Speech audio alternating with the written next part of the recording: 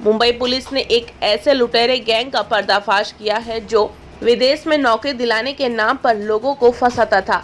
विदेश में नौकरी की चाहत रखने वाले कैंडिडेट का वीजा इमिग्रेशन बनाने के अलग अलग शहरों में कैंडिडेट को डॉलर लेकर बुलाते थे और फिर उसके साथ डॉलर की लूट की वारदात को अंजाम दिया करते थे। मुंबई के साकीनाका पुलिस स्टेशन में 7 दिसंबर को दो भाइयों ने शिकायत दर्ज कराई कि उनके साथ $11,000 की लूट हुई है। शिकायत में पुलिस को उन्होंने बताया कि उन्हें पंजाब से मुंबई बुलाया गया था और उन्हें इटली में जॉब दिलाने का झांसा दिया गया था। आरोपियों ने पीड़ित से बोला था कि आप इमिग्रेशन बनवाने के लिए साथ में डॉलर लेकर आए। जब यहाँ दोनों भाई मुंबई पहुँचे और इस गैंग के लोगों को यह कंफर्म हो गया कि यह डॉलर अपने साथ लेकर आए हैं, तो उन्होंने अपने कुछ गैंग के सदस्यों को इन्हें लेने के लिए उस होटल के पास भेजा जहां पर वे रुके हुए थे।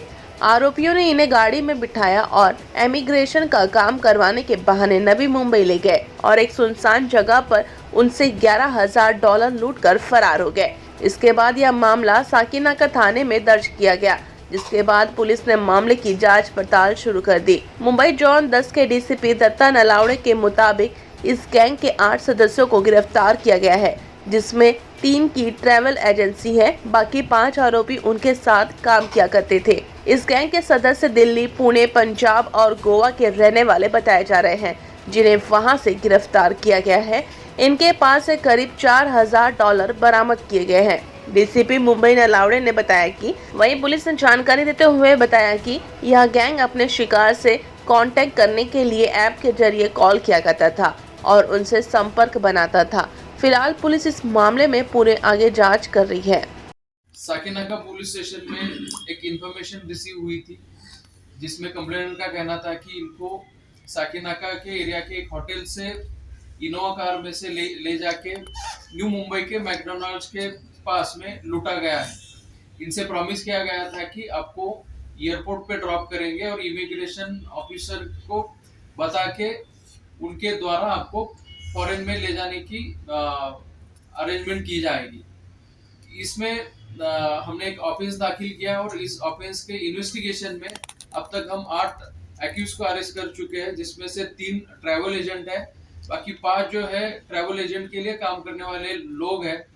ये जो और भी इस इन्वेस्टिगेशन में सामने आया कि एक ऑर्गेनाइज गैंग है जो लोगों को लूर करता था कि आपको हम फॉरेन में भेजेंगे, वहां पे जॉब दिलवाएंगे, आपका इमिग्रेशन का प्रोसेस क्लियर करवाएंगे, आपको वीजा भी दिलवाएंगे।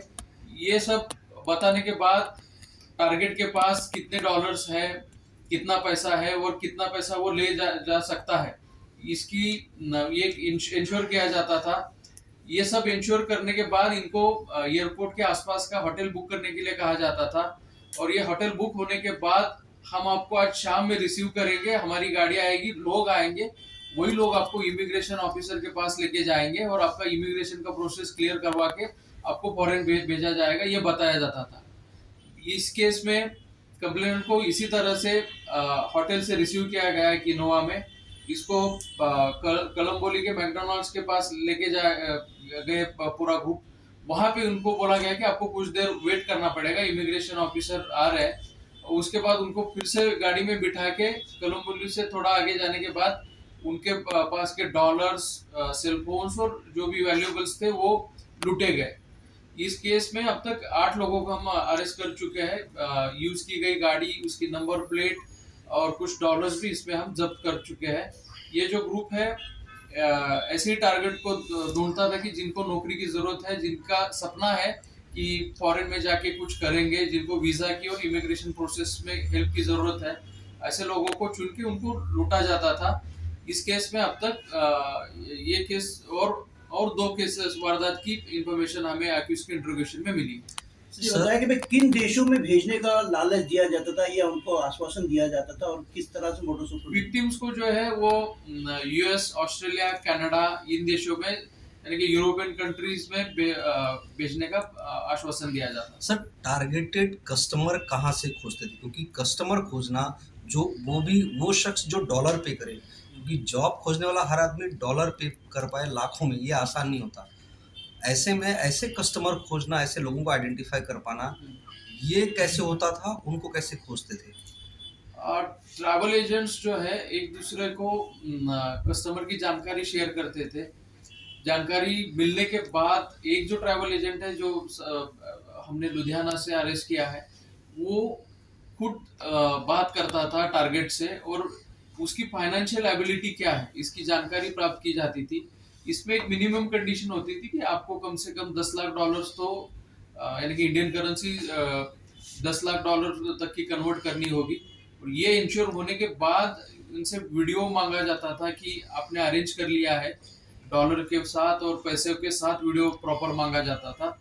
फिर जब ये इंश्योर होता था कि पैसे आ चुके हैं तब इसको एग्जीक्यूट किया जाता था। जैसे कि आप बता रहे कि लुधियाना यानी आप पंजाब में या दिल्ली का भी आपने जिक्र किया कि वहाँ के ट्रैवल एजेंट टारगेटेड कस्टमर खोजते थे, तो फिर मुंबई के एजेंट के पास कांटेक्ट करके क्यों भेजते थे? क्या मतलब यहाँ पर उस क्राइम को एग्जीक्यूट करना आसान होता था, कस्टमर को बेवकूफ़ बनाना आसान होता था, इसलिए किसी और सिटी में भेजा जाता था और यहाँ पर भी ट्रैवल एजेंट कांटेक्ट में हुआ करते थे और एक इंटरस्टेट गैंग की कस्टमर कहीं और आइडेंटिफाई करना है, दिखाना कहीं और है, एग्जीक्यूट कहीं और करना है। इस केस में यही सामने आ चुका है कि अगर कस्टमर दिल्ली वगैरह नॉर्थ इंडिया के एरिया के रहेंगे और दूर जाके अगर इसको लूट को एग्जीक्यूट किया जाता है तो उनको लोकल सपोर्ट नहीं मिलेगा, वो कहीं कंप्लेंट नहीं कर पाएंगे और आसानी से ये जो वारदात है वो दब जाएगी। यही एक मोटिव ये- दिखता है इसमें। डॉलर मांगने के पीछे क्या रीजन है? डॉलर के पीछे क्या स्टोरी? डॉलर के पीछे ये विक्टिम्स को ये बताते कि इमिग्रेशन ऑफिसर्स हैं वो डॉलर्स में पैसे लेंगे, आपको वहां जाके डॉलर ही खर्चने के लिए लगेंगे। तो ये सब चीजों के कारण डॉलर्स में उनको इंडियन रुपीस को कन्वर्ट करने को बोला जाता है। ये होटल की बुकिंग की जो आपने बात कही, क्या वो कस्टमर से खुद कराते थे या कस्टमर पर एक भरोसा जताने के लिए खुद कोई होटल बुक करते थे और उसके बाद कस्टमर को कुछ ना कुछ तो ऑफर करना पड़ता होगा कि भाई हमने आपके लिए होटल बुक किया, आप यहाँ आइए?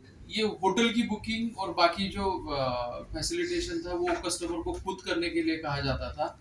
इस ग्रुप की मोडस का मेन एम जो था वो एनोनिमिटी मेंटेन करना। इसमें कॉन्वर्सेशन के लिए ना तो वो नॉर्मल कॉल्स यूज करते थे, इसमें ज्यादातर कॉलिंग के लिए जो ऐप यूज होते हैं वो यूज किए जाते थे। पर्सन टू पर्सन ज्यादा कांटेक्ट ना आए यही ज्यादा ट्राई होता था। इसमें जो मेन ट्रैवल एजेंट हमने पकड़े वो कहीं पे भी फील्ड पे नहीं थे, एग्जीक्यूशन करने वाले अलग थे, विक्टिम को आइडेंटिफाई करके टारगेट करने वाले अलग थे। ये गैंग कब से ऑपरेट कर रहा था? अभी तो हमें हमारे सामने एक पिछले 2-3 महीने में जो इन्होंने एग्जीक्यूशन किया है 2 घटनाओं का वो सामने आए, लेकिन हमें लगता है कि इंट्रोगेशन में और भी इंफॉर्मेशन कौन सा ऐप है? उस ऐप को पर्टिकुलर ऐप अब तो सामने आया होगा आपके पास, कौन से ऐप के जरिए कर? इसमें बोटिंग यूज किया है और बाकी भी बहुत सारे ऐप्स।